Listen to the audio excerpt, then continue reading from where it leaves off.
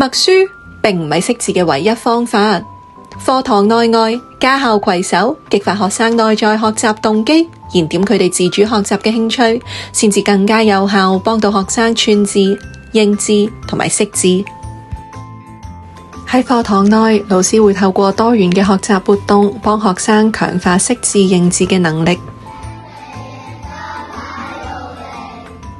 低小課堂嘅老師會用每課嘅詞語創作歌詞，用熟悉嘅旋律幫助學生輕輕鬆鬆記得生字嘅讀音。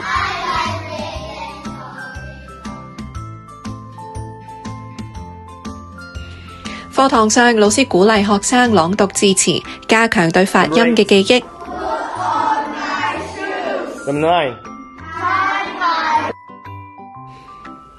要培養學生識字串字嘅內在動機，遊戲中學習係關鍵。字卡遊戲嘅玩法有好多種，可以玩配對，可以玩鬥快拍卡。呢啲輕鬆嘅小遊戲可以讓學生鞏固對於字嘅讀音同埋意思嘅理解。錯字小偵探可以培養學生對串字嘅敏銳度，亦都可以加強學生寫作時串字嘅準程度。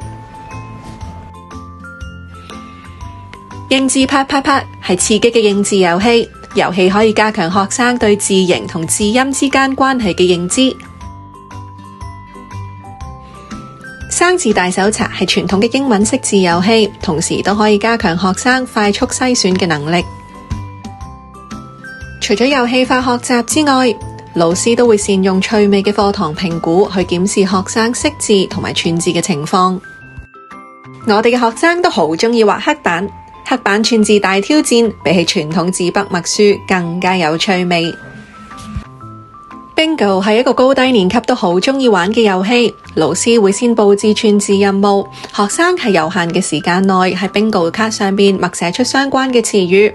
完成咗唔同嘅學習任務呢，就可以圈出唔同嘅詞語。當佢有5個、4個或者3個連成一線嘅時候，就可以大叫 Bingo，勝出遊戲。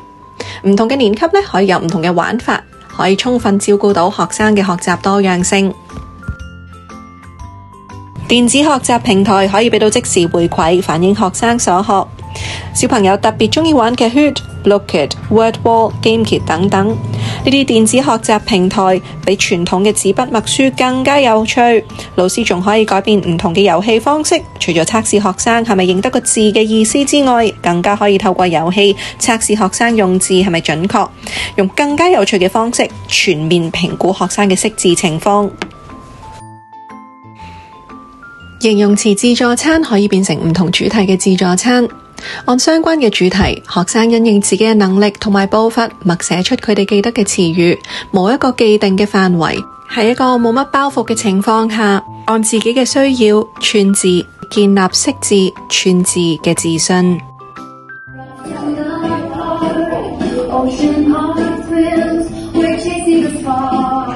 音樂係生活入邊密不可分嘅一部分，將音樂融入教學。老師先用 AI 用課文嘅詞語作一首歌，學生可以一路聽歌一路默翻關鍵字出嚟，比起傳統嘅默書呢更加有趣，學生嘅投入感亦都更加高。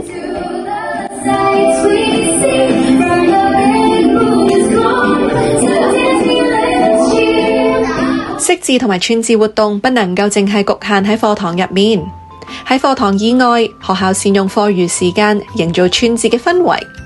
星期二係英文日，午式有串字嘅活動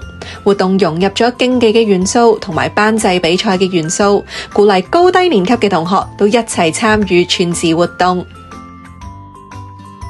學校為學生提供咗豐富嘅資源，等學生返到屋企之後，可以透過 Quizlet、Wordwall 等等嘅遊戲，同埋我的自主學習簿，繼續幫自己認字、串字、識字。同時，學校會繼續發揮監察嘅角色，檢視學生嘅學習進程，並且鼓勵學生認字、識字，加強詞彙嘅累積。期望各位家長同學校攜手合作，為孩子共創自主學習嘅新天地，扶持小朋友擁抱自己嘅學習，喺識字嘅路上行得更遠，爬得更高。多謝。